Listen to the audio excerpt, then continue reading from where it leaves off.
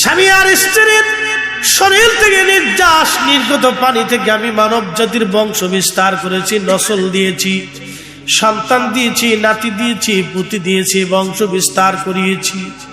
আমি রব, আমি এগুলি করিয়েছি। আমি আল্লাহ। এই জন্য স্বামী স্ত্রী সাধারণ কোনো বিষয় না। স্বামী স্ত্রী এমন কোনো বিষয় না যে শুধু তারা তাদের নিজেদের কাম তাড়না পিপাসা মিটাবে। স্বামী স্ত্রী শুধু এই জন্যে না, স্বামী স্ত্রী হলো আল্লাহর নবীর উম্মত বাড়ানোর কারিগর। জমিনে ক্ষুধার বান্দা তৈরি করার কারিগর হলো স্বামী আর স্ত্রী। আল্লাহ এমন একজন ওলি জন্ম দিলেন, আল্লাহর মহান একজন ওলি হযরত গাউসে পাক আব্দুল কাদের জিলানী, গিলানী, হাসানী, হুসাইনি। বাবা মা হাসানী হুসাইনি দুইজন মহান আল্লাহর ওলি পৃথিবীতে আসলেন। ইরাকের বাগদাদে মা তাকে পড়ানোর জন্য পাঠাচ্ছে। জামার আস্তিনের ভিতরে 40টা স্বর্ণের দিনার সুন্দর করে সেলাই করে দিয়ে বলেন, বেটা, কখনো যদি অভাব আসে স্বর্ণের দিনার দিরহামগুলি বিক্রি করে দিয়ে তুমি তোমার লেখাপড়ার খরচ চালাও। কিন্তু বেটা, উপদেশ দিয়ে দিলাম, মা বলেছে মিথ্যা বলবা না কখনো। মায়ের সেই উপদেশ শুনিয়া হুজুর গাউসে পাক রাহমাতুল্লাহ আলাইহি রওনা হয়ে গেলেন। পথে ডাকাত দলে ধরল। ডাকাত দলের ধরার পরে ডাকাতের সর্দার বলল, তোমার নাম কি হে বালক? বলে, আমার নাম আব্দুল কাদের। তোমার কাছে কিছু আসেনি? বলল, হ্যাঁ আমার কাছে আছে। আমার জুব্বার আস্তিনের বগলের নিচে আমার মা 40টা স্বর্ণের দিরহাম সুন্দর করে সেলাই করে দিয়েছে। ডাকাত দল খুলে দেখে, হা 40টা দিরহামই স্বর্ণের দিরহাম। ডাকাতের সর্দার বলল, বালক রে, তুমি তো মিথ্যা বলতে পারতা, কিন্তু সত্য কেন বলে দিলা? বলে, আমার মা বলেছে আমি যেন কখনো মিথ্যা না বলি। ডাকাত দলের সর্দারের অন্তরের মধ্যে কথা ধাক্কা লেগে গেল। তখনই তিনি চিন্তা করলেন, হায় হায়, এমন মা ভক্ত ছেলে কখনো দেখা যায়নি, এত বড় সত্যবাদী। আব্দুল কাদের, এই বয়সে তুমি মাকে এতটা শ্রদ্ধা করো রে বেটা। আর আমরা এই বয়সে মানুষের অর্থ সম্পদ টাকাগুলি লুট করে নিয়ে যাই। বেটা, তওবা করলাম, আর জীবনে কোনোদিন চুরি ডাকাতি করব না। একবার জোরে বলা যাবে কে মারহাবা। পৃথিবীর এক কোণা ইব্রাহিম আলাইহিস সালাম দেখে একজন পুরুষ আর একজন নারী জিনা করতেছে। জিনা। আল্লাহর খলিল ডাক দিলেন, আল্লাহ, পৃথিবীর পূর্ব প্রান্তে একজন পুরুষ আর একজন নারী জিনা করতেছে। আল্লাহ, এই দুইজনকে তুমি পাথর বানিয়ে দাও। সাথে সাথে আমার আল্লাহ পাথর বানিয়ে দিলেন। জিনাগ্রস্ত অবস্থায় দুইজন পাথর হয়ে গেল। ইব্রাহিম পশ্চিমে তাকায় দেখে দুইজন জিনা করে। আল্লাহর খলিল আল্লাহকে বলেন, ইয়া রব, এরা জিনা করে এদেরকে পাথর বানিয়ে দাও। সাথে সাথে তারা দুইজন পাথর হয়ে গেল। এখন প্রশ্ন করি, জবাব দিবেন। ইব্রাহিম যদি এক জায়গায় দাঁড়াইয়া তামাম সৃষ্টি দেখতে পারে, তাহলে আমাদের নবী রওজা শরীফ থেকে আজকের মাহফিল দেখার ক্ষমতা আছে না নাই? হাত উঁচা করে বলেন, আছে না নাই? ইব্রাহিম মাশরিকে মাগরিবে শিমালের দিকে তাকায় দেখে আরো দুইজন জিনা করে। আল্লাহর খলিল হাত বাড়াইছে, আল্লাহ পাথর বানায় দাও। সাথে সাথে তারা পাথর হয়ে গেল। জুনুবে তাকায় দেখে এরা দুইজন জিনা করে। বলি, ইয়া রব, পাথর বানায় দাও, এরা জিনা করে। আল্লাহ এবার ডাক দেখি, ইব্রাহিম, হাত নামাও আর বদদুয়া করো না। তোমাকে বদদুয়া করার জন্য দুনিয়াতে পাঠাই নাই, তুমি তাদের হেদায়েতের জন্য দোয়া করো। ইব্রাহিম, আমার বান্দাদেরকে সুযোগ দাও যাতে তওবা করে তারা আমি আল্লাহ রাস্তায় ফিরে চলে আসে, আর আমি আল্লাহ তাদেরকে মাফ করে দেব। একবার জোরে বলা যাবে কি মারহাবা? বাঁশির আওয়াজ কানে লাগলে সেটা কান পর্যন্ত থাকে না, বাঁশির আওয়াজটা কালবের মধ্যে এসে ধাক্কা মারে। যখন বাঁশির আওয়াজ কালবের মধ্যে ধাক্কা দেয়, তখন কালব আস্তে আস্তে মরে যেতে থাকে, মারা যায়। এমন ভাবে সে মারা যায়, তখন নামাজ রোজা জিকির ফিকির আর কিচ্ছু ভালো লাগে না তার। এই জন্য আমি আমার রসুলের কাছ থেকে শুনছি, মিশকাতুল মাসাবির ভিতরে হাদিস খানা এসেছে, হযরত ওমর বললেন, কানের মধ্যে আঙ্গুল এই জন্য দিলাম, দূর থেকে বাঁশির একটা আওয়াজ আমার কানে লাগছে, কারণ এই আওয়াজটা শুধু কানে লাগে না, কাল নষ্ট হয়ে যায়। প্রশ্ন করি, জবাব দিবেন, সুদের টাকার খাবার খাইলে মানুষের রক্ত কেন নষ্ট হয়ে যায়, কাল কেন নষ্ট হয়ে যায়? কারণ ওই টাকার খাবার হারাম, হারামের কারণে আপনার কাল নষ্ট হয়ে যায়, রক্ত নষ্ট হয়ে যায়। কথা বলেন ঠিক কিনা? আল্লাহর হাবিবের সামনে আমরা দাঁড়াবো, আল্লাহর নবীর সামনে দাঁড়িয়ে যাব আমরা সেই দিন। হাউজে কাউসারের পানির পেয়ালা প্রিয় নবীজির সামনে যখন আমরা যাব, যাওয়ার সময় নবীজির সামনে পর্দা পড়ে যাবে। আল্লাহর নবী বলেন, উম্মতি উম্মতি, আমার উম্মত আমার উম্মত। তখন আল্লাহর নবী বলবেন, উম্মতি উম্মতি, আমার উম্মত। আমার আল্লাহ ডাক দিবে, বন্ধু, যদিও তারা আপনার উম্মত, কিন্তু আপনি জানেন না আপনার ইন্তেকালের পরে তারা নতুন নতুন নিত্য নতুন মতবাদ চালু করেছিল। ও আমার হাবিব, এরা যদিও আপনার উম্মত, কিন্তু নতুন নতুন মতবাদ চালু করে দিয়েছিল।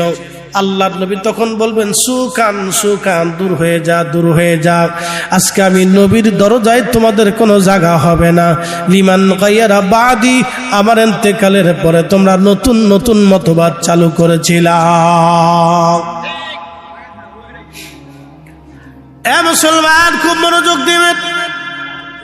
প্রিয় নবী রহমতের নবীজির সামনে সেই দিন কিছু উম্মত অপমানিত হবে। হাউজে কাউসারের পানি তারা পাবে না। তারা কারা? যাদের বদ আকীদা হলো, আমাদের দেশে একদল আছে বুকে হাত বেঁধে নামাজ পড়ে, এদের আকীদা আমাদের নবীর আব্বা আম্মা দুইজন কাফের ছিল, তারা জাহান্নামে চলে গেছে। যারা নবীর আব্বা আম্মাকে কাফের বলল, আমরা তাদেরকে মুসলমানই মনে করতে পারি না। কথা বলেন ঠিক কিনা? মা বোনেরা, শুনিয়া যান, আমি কোরআন শরীফ থেকে একটা ঘটনা শোনাবো, কিন্তু তার আগে আমি একজন আল্লাহর ওলির জীবনী আপনাদেরকে শোনাই দিয়ে যায়, মনোযোগ দিবেন। এই ওলির নাম হযরত বু আলী কলমদর রহমাতুল্লাহ আলাইহি। বু আলী কলমদর, আজকে হযরত বু আলী কলমদরের নাম দিয়ে অনেকে গান বাজনা পিটায়। আহা, শুনে যান বু আলী কলমদরের জীবনী। হযরত বু আলী কলমদর, তিনি ভারতের পানিপত নামক একটা প্রদেশ বা একটা এলাকা আছে, এই পানিপথে তিনি আসলেন। পানিপথে মুসলমানদের সাথে কাফেরদের বহু যুদ্ধ হয়েছে। হযরত বু আলী কলমদর পানিপথ এলাকায় কালেমার দাওয়াত দিতে আসলেন। পানিপথের রাজা চিন্তা করলেন, মুসলমান দরবেশ যদি এলাকায় দাওয়াতি কাজ করে যায়, যদি এলাকায় থাকে, তাহলে এলাকার মুসলমান হয়ে যাবে। হযরত বু আলী কলমদরকে তাড়িয়ে দেওয়ার জন্য বাদশাহ রাজা সমস্ত হিন্দুদের সাধু সন্ন্যাসী যারা আছে সবাইকে কাছে ডাকলেন। হযরত বু আলী কলমদর আসলেন। হিন্দু সমস্ত সাধু, পুরোহিত, ব্রাহ্মণ, ঠাকুর, দার্শনিক, জাদুকর, তান্ত্রিক, গণক থেকে শুরু করে সব তাদের যত সাধু সন্ন্যাসী আছে সবাইকে ডাকলেন রাজা। ডেকে বললেন, তোমরা দেখেছো একটা মুসলমান সন্ন্যাসী, মুসলমান দরবেশ দেশে এসেছে, তার নাম বু আলী কলমদর। যে কোনো মূল্যে তার এই দেশ থেকে তাড়াইতে হবে, তো তোমাদেরকে দায়িত্ব দিলাম, তার এই দেশ থেকে তাড়াইয়ে দাও। হযরত বু আলী কলমদরকে তাড়ানোর জন্য হিন্দু সাধু সন্ন্যাসী পুরোহিত যারা আছে সবাই চেষ্টা করলো, জাদুটনা বান মন্ত্র তন্ত্র যা আছে সব চেষ্টা করে তারা তদবির করলো, কিন্তু কোনো কিছুতেই লাভ হলো না। হিন্দু সাধু সন্ন্যাসী সবাই আসছে। সবাই আসার পরে রাজশাহর কাছে এসে বলল, রাজা, এমন একজন মুসলমান দরবেশ আমাদের দেশে আসলো, তার বিরুদ্ধে আমাদের যত জাদুটনা বান মন্ত্র তন্ত্র যা কিছু আছে সব কিছু আমরা ব্যবহার করলাম, কিন্তু তার অদৃশ্য থেকে একটা শক্তি এসে তাকে সাহায্য করে। আমরা যত জাদু টোনাচারি কোনো জাদু টোনায় কাজ করে না, তার সাথে কখনো আমরা যুদ্ধ করে পারবো না। অতএব আপনার কাজ আপনি করেন, তার কাজ সে করুক, এখানে দ্বন্দ্ব ফাসাদ করার কোনো দরকার নাই। একবার জোরে বলা যাবে কি আল্লাহু আকবার। আবু আলী কলন্দর রহমাতুল্লাহ আলাইহি সাধু সন্ন্যাসীরা বলল, বাদশা যদি শুয়োরের গোশত খাওয়াইতে পারেন তাহলে আবু আলী কলন্দরের এই ক্ষমতা চিজ হয়ে যাবে। বাদশা বলল, তাহলে শুয়োর ধরে নিয়ে আসো, জবাই হোক। শুয়োর ধরে এনে জবাই দিয়ে সুন্দর করে গোশত রান্না বান্না করে একবারে খুব জাঁকজমক করে শাহী রান্না বান্না করে লোক লস্কর দিয়ে বাদশা হযরত আবু আলী কলন্দরের দরবারে পাঠাই দিলেন। বাদশা বললেন, এটা বাদশার পক্ষ থেকে হুজুরকে হাদিয়া পাঠাইছি। খাদেম যারা ছিলেন তারা চিন্তা করলেন, হায় হায়, বাদশা নিজেই হুজুরের ভক্ত, তাহলে কত বড় ভক্ত বাদশা। খাদেমরা তো জানে না গোশতের হাকিকত কি। যখন খাবার সামনে আনা হয়েছে, আল্লাহর ওলি আবু আলী কলন্দর রহমাতুল্লাহ আলাইহির দরবারে কালবের মধ্যে আমার আল্লাহ মেসেজ পাঠাইলেন। মেসেজ আল্লাহর ওলিদের কালবে আমার আল্লাহ মেসেজ পাঠাইতেন। মেসেজ পাঠাই দিয়া বললেন, বন্ধু এই খাবার খাওয়া যাবে না, এটা গরুর গোশত না, এই খাবার হলো শুয়োরের গোশত। একবার জোরে বলা যাবে কি আল্লাহু আকবার। হযরত আবু সালেহ মুসা রাহিমাহুল্লাহ তিনি চিন্তা করলেন, ফল তো খাইলাম কিন্তু অনুমতি তো নেই নাই। আবু সালেহ মুসা রওনা করলেন নদীর পাড় দিয়ে। ফল কোন গাছের ফল হবে? গাছটা নদীর পাড়েই হবে। হেঁটে হেঁটে যায়, দেখলেন নদীর পাড়েই একটা গাছ। এই গাছ থেকে ফলটা ঝরে পানির মধ্যে পড়েছে। নদীর স্রোতে ভেসে ভেসে ফল চলে গেছে। ফলের মালিকের ঘরের দরজায় টোকা দিয়ে সালাম দিয়ে বলেন, আসসালামু আলাইকুম ওয়া রাহমাতুল্লাহি ওয়া বারাকাতুহু। মালিক আসেননি? বলে, হ্যাঁ আসি। কে আপনি? বলে, আমার নাম আবু সালেহ মুসা। কি জন্য আপনি আসছেন? বলে, হুজুর আপনার গাছ কি এটা? বলে, হ্যাঁ। এই গাছের একটা ফল ছিঁড়ে পড়ে নদীর মধ্যে ভেসে ভেসে গেছে। আমি অনুমতি ছাড়া একটা ফল খেয়ে ফেলে দিয়েছি। দয়া করে এই ফলের দিনাটা আপনি আমারে মাফ করে দেন। মালিক চিন্তা করল, জীবনে কত পুরুষ আমার গাছের ফল চুরি করে খেলো, মাপ চেতে আসলো না। কিন্তু নদীর ভিতর দিয়ে ভেসে যায় একটা ফল, এই দিনা ক্ষমা চাওয়ার জন্য যে ছেলেটা আসে, এর মতো আমানতদার আর কোথাও পাওয়া যাবে বলে মনে হয় না। চিন্তা করলে এই ছেলেটাকে ধরতেই হবে, শিকারী আমার সামনে। ডাক দে বলে, আবু সালেহ তোমার একটা ফলের দিনা মাফ করে দিতে পারি, কিন্তু 12টা বছর তুমি আমার বাড়ি কাজ করতে হবে। 12 বছর পরে বলল, হুজুর 12 বছর পার হয়ে গেছে, আমার বিদায় দিয়ে দেন, আমি চলে যাই। বলে, বেটারে মাফ করতে পারি, কিন্তু আর একটা শর্ত আছে। বলে, কি? আমার ঘরে একটা মেয়ে আছে, ল্যাংড়া, কানা, বোবা। আমার এই মেয়েটাকে বিয়ে করা লাগবে। যদি করো তাহলে এইভাবে চূড়ান্ত ভাবে বললাম, তোমাকে অবশ্যই একটা ফলের দিনা মাফ করে দিব। আল্লাহর ওলি আবু সালেহ মুসা রাহমাতুল্লাহি আলাইহি শাদী করলেন। স্ত্রী দেখার জন্য বাসর ঘরে গেলেন। আমাদের বিয়ে আর তাদের বিয়ে একরকম ছিল না। আমাদের বিয়েতে বিরাট বড় হই হুল্লা, আজেরে বাজেরে, বেডা নাচে, বেডি নাচে, ভাবি নাচে, দেওয়ার নাচে, দুলাভাই বউ লইয়া নাচে, কার বউ কে নিয়ে নাচে তার কোনো খবর নাই। এটার নাম আমাদের দেশে বিয়া। আমাদের দেশের বিয়ে বাদিতে অর্ধেক হয় বেহায়াপনা। কথা বলেন ঠিক কিনা? এটা শুরুই হয় শয়তানি বিয়ে। বন্ধ কুরআনুল কারীমের ভিতরে আমার রব আমার আল্লাহ বলেন,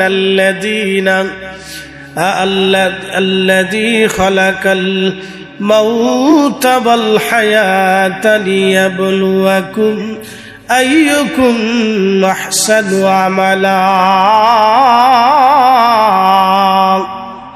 আমার রব বললেন, হাবিব উম্মতকে জানান, আমি আল্লাহ তার মৃত্যু সৃষ্টি করলাম আমি তোর জীবন সৃষ্টি করলাম, পরীক্ষা করার জন্য দুনিয়াতে পাঠাইলাম। কে বেশি আমল করে, সুন্দর আমল করে আমি আল্লাহ সেটা দেখব। সেটা দেখার জন্য আমি আল্লাহ তাদেরকে দুনিয়াতে পাঠাইলাম। কে ভালো আমল করে আমি আল্লাহ সেটা দেখব। কে ভালো আমল করে আমি আল্লাহ সেটা দেখব। সেটা দেখার জন্য দুনিয়াতে আল্লাহ আমাদেরকে পাঠাইছে। আমরা ফিরে যাব কার কাছে? আল্লাহর কাছে, কোনো সন্দেহ নাই তাতে। আহা, আপনাকে আমাকে কবরে যেদিন শোয়াবে সবাই চলে আসবে, চিরসত্য। এখন যদি আপনি মারা যান, কালকে মাগরিবের আগেই আপনাকে কবর দেওয়া হবে। কথা ঠিক আছে না? এখন যদি মারা যান, কালকে মাগরিবের আগে আপনাকে কবর দেওয়া হবে। তো কবরে তো চলে যাবেন, 3টা প্রশ্ন জবাব দেওয়ার জন্য রেডি আছেন? ও আর শেষ, শুধু এতটুকু রেখে যাব। এখন যদি মারা যান, কালকে কবর হবে, সন্ধ্যার আগেই আপনাকে দাফন কাফন করা হবে। 3টা প্রশ্ন হবে, মার রব্বুকা ওয়া মা দীনুকা মা কুনতা তাকুলু ফি হাক্কি হাযা রাজুল। এই 3টা প্রশ্নের জবাব দেওয়ার জন্য আপনি আমি প্রস্তুত আছি কিনা, বা শেষ। এই 3টা প্রশ্নের জবাব দেওয়ার জন্য কি এমন জোগাড় করেছেন, এতটুকুন করলেই বোঝা যাবে যে আমরা আসলে ওয়াজ বুঝলাম কিনা, মানলাম কিনা, নিলাম কিনা। যে কোনো সময় এটা হতে পারে। তো আগামী দিনের জন্য প্রস্তুতি নিতে হবে। ছেলেরা 3 মাস পরে পরীক্ষা দিবে, মেয়েরা 3 মাস পরে পরীক্ষা দিবে। 3 মাস আগে থেকে আমরা লেখাপড়া করছি, ঘুম হারাম করছি, টুপি মাথায় দিছি, মসজিদে বারবার গেছি আর দোয়া করছি, আল্লাহ পরীক্ষা সহজ করে দিই। রেজাল্ট আসার আগ পর্যন্ত নামাজ ছাড়িনি। রেজাল্টও গেছে, নামাজও গেছে। কথা বললেন, রেজাল্টও গেছে, নামাজও চলে গেছে, আর নামাজ পড়ে না, শেষ। আল্লাহ একদিন বুঝাইছে, আল্লাহ একদিন আল্লাহরে বুঝাইছে, আল্লাহ আল্লাহ একটু ভালো করে দিন, আল্লাহ একটু ভালো করে দিন, আল্লাহরে বুঝা। আল্লাহ যে রেজাল্টের পরে আপনি নামাজ পড়বেন না, আল্লাহ জানে না? কথা কান্না কেন জানে না? তারপরে আল্লাহ আপনার রেজাল্টটা ভালো করে দিচ্ছে, যা বান্দা কান্দাকাটি করতেছে, দিলাম যা। আল্লাহ জানে আমার বান্দা রেজাল্টের পরে আমার কথা আর স্মরণ করতো না। বিপদ যখন আসে তখন এই বিরাট বড় ঝড় তুফান, আগে তো এত সুন্দর বাড়িঘর ছিল না। বৈশাখ মাস আসলে ঝড় তুফান আসতো, এখন তো ঝড় তুফান দেশে নাই। ঝড় তুফান আর কাল বৈশাখে ঝড় অতটা আসে না এখন। কি কথা কন নাকি? আসেনি এত, এত ঝড় তুফান এখন আর আগে না। আগে কাল বৈশাখ মানে বৈশাখ মাস আসলে ঝড় আসতো, 6 মাস থেকে শুরু হইতো না? ইয়া আল্লাহ, এই পশ্চিম আকাশ থেকে, পশ্চিম উত্তরের কোণার থেকে কালা মেঘ হইয়ে কি পরিমাণে ঝড় তুফান শুরু হইতো। দৌড়ে গরু বছর নিয়ে বাড়ি যেয়ে সারতে পারছি না। আর এখন ঝড় তুফান গোড়ার দিক দেখাই যায় না, কোন দিক দিয়ে আইলো আর কোন দিক দিয়ে গেল। সবার বাড়ি ঘর ফাঁকা ফুস্ত হয়ে গেছে, ঝড় বৃষ্টি কম বোঝা যায়। তো যাই হোক, আগের ঘরগুলি তো মাটির খুঁটি ছিল, ঘরের দরজা ধরে কান্দে, আল্লাহ বাঁচাও, আল্লাহ বাঁচাও, আল্লাহ আল্লাহ আল্লাহ আল্লাহ আল্লাহ করতে করতে, জিকির করতে করতে করতে জান শেষ হয়ে গেছে, ঝড় চলে গেছে। তার কারণে খুঁটিটা খুব শক্ত ছিল। হ্যাঁ, খুঁটি শক্ত ছিল।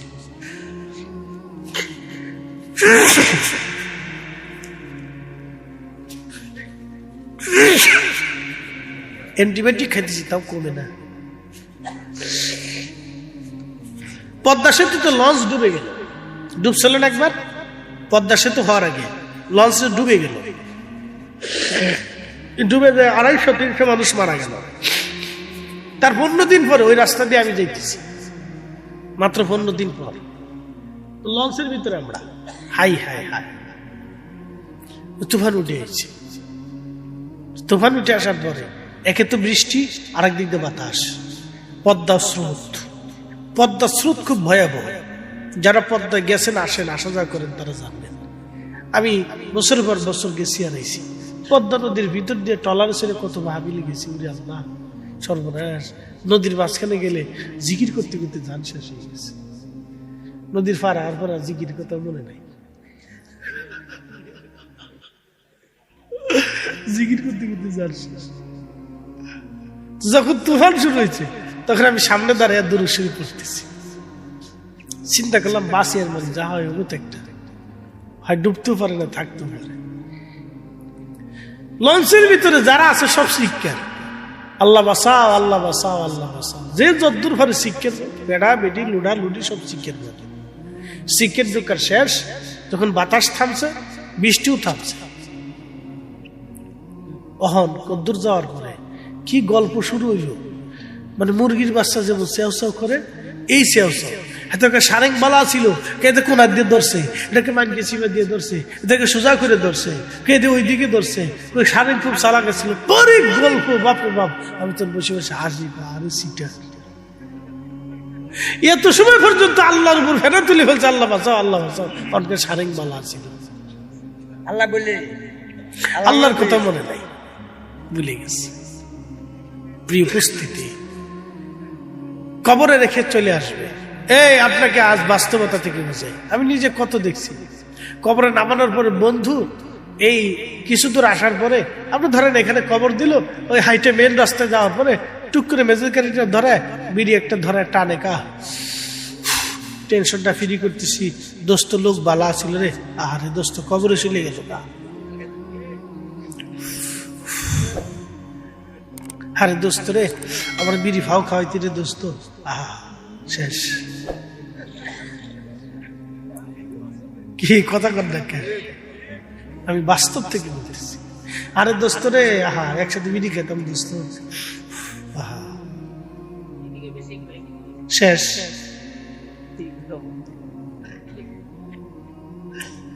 প্রিয় ভাই আমার, আপনাকে যদিও হাসতে হাসতে বলতেছি, কিন্তু চরম সত্য। আপনি জানেন যে আপনি মহাকালের একটা পথে রওনা দিলেন, কত কাল। আল্লাহ বলেন, জাযাউহুম ইনদা রাব্বিহিম জান্নাতু আদনিন তাজরি মিন তাহতিহাল আনহারু খালিদিনা ফিহা আবাদা।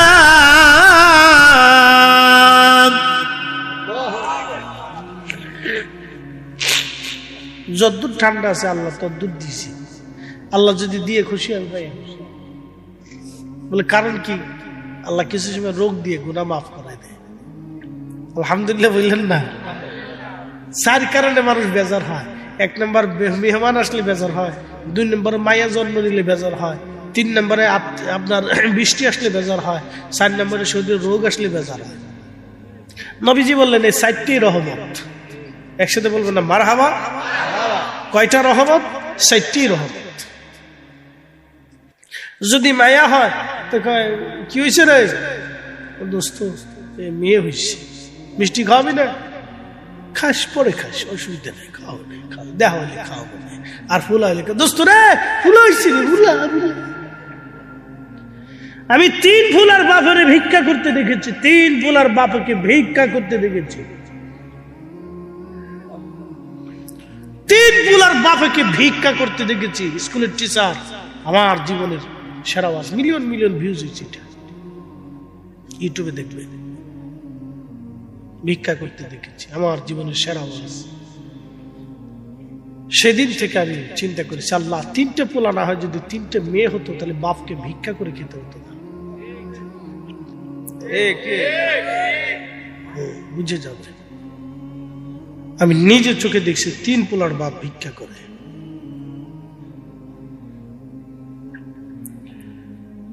বৃষ্টি হইলে মানুষ বেজার হয়,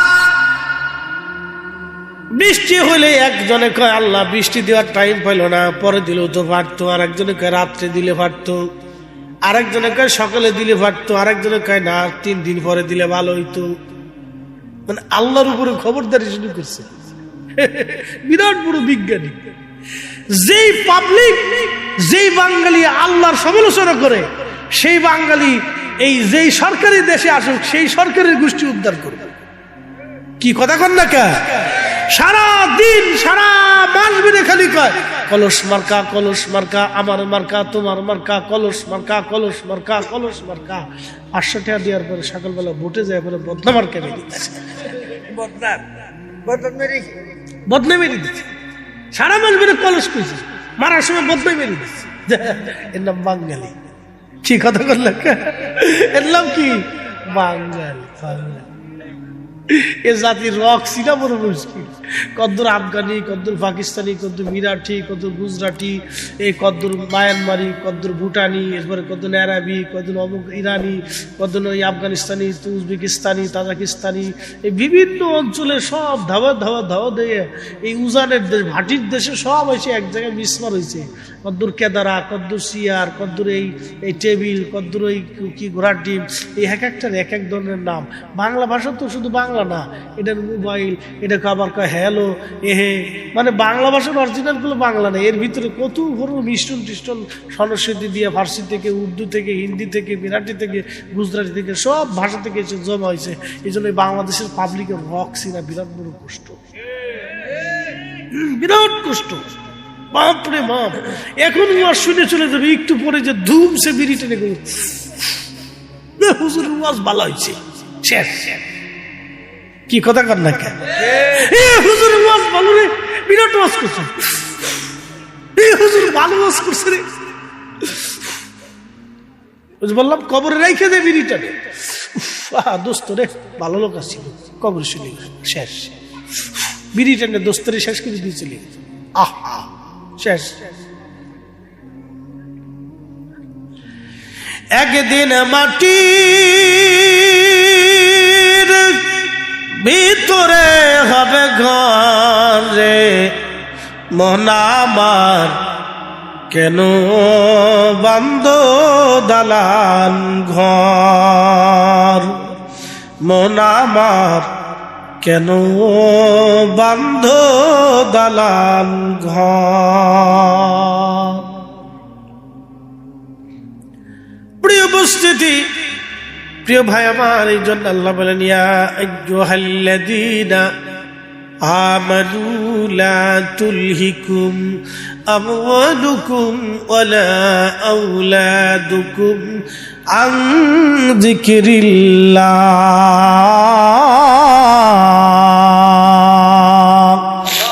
আল্লাহুম্মা সাল্লি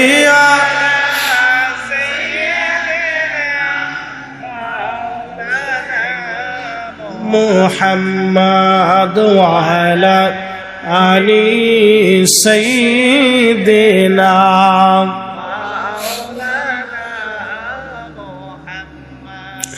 রহমাতুল লিল আলামিন, আপনি উম্মতের জাবিন, গুনাহগারের অতি আপন জন, আল্লাহর নবী, নূরের নবী গো, আপনি নবী আমার জীবনের জীবন, আল্লাহর নবী, নূরের নবী গো, আপনি নবী আমার জীবনের জীবন। লা ইলাহা, জোরে লা ইলাহা,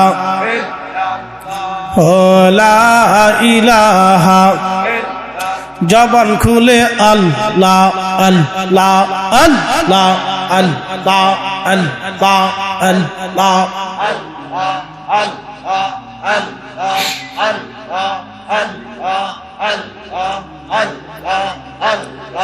আল্লাহ তোমার লীলা খেলা কেউ বোঝে কেউ বুঝে না, আল্লাহ আল্লাহ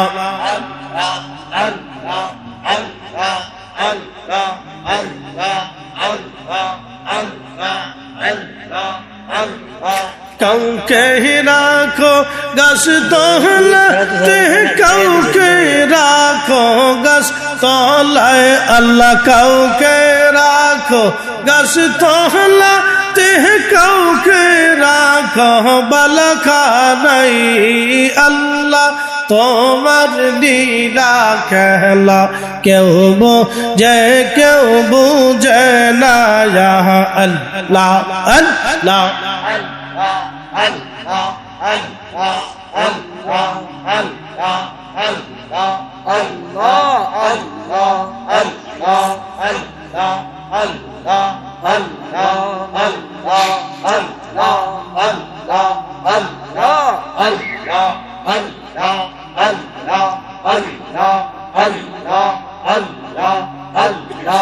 ইব্রাহিম তোমার নামে ছিল নমরুদের আগুনে ফেলল আগুন হইল ফুলবাগি সব কানে পড়ল না আল্লাহ তোমার লীলা খেলা কেউ বুঝে কেউ বুঝে না আল্লাহ আল্লাহ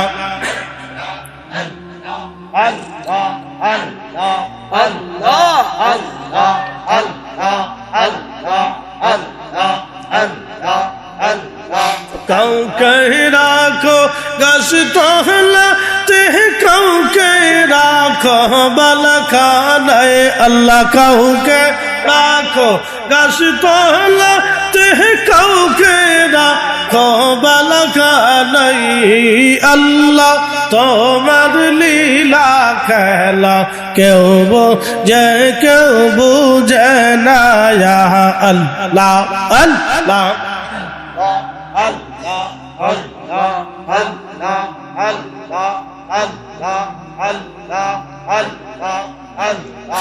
ইউনুস তোমার নবী ছিল মাসে তরে গিলে ফেলল মাসের পেটে রইলেন ইউনুস হজম কানে হইল না আল্লাহ তোমার লীলা খেলা কেউ বুঝে কেউ বুঝে না আল্লাহ আল্লাহ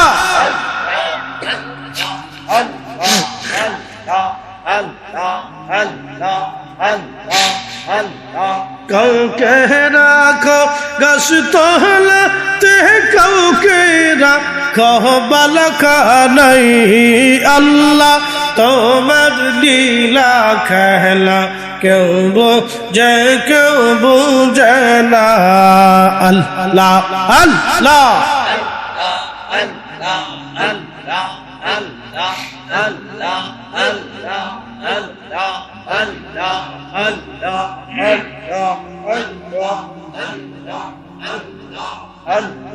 মূসা তোমার নবী ছিল দূর পাহাড়ে সওয়াল করল পাহাড় পইরা সুরমা হইল মূসা কেন পুরল না আল্লাহ পাহাড় পইরা সুরমা হইল মূসা কেন পুরল না আল্লাহ তোমার লীলা খেলা কেউ বুঝে কেউ বুঝে না আল্লাহ আল্লাহ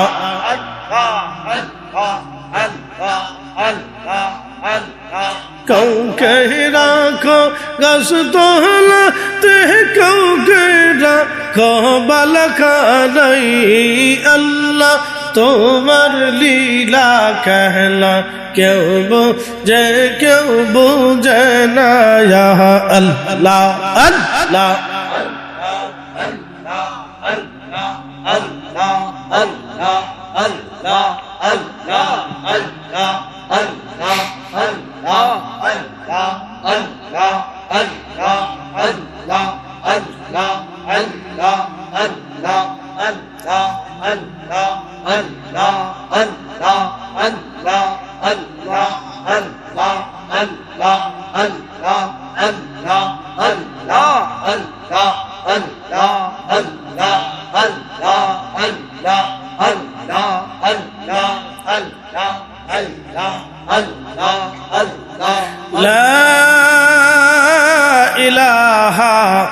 ইল্লাল্লাহু মুহাম্মাদুর রাসূলুল্লাহ সাল্লাল্লাহু আলাইহি ওয়াসাল্লাম।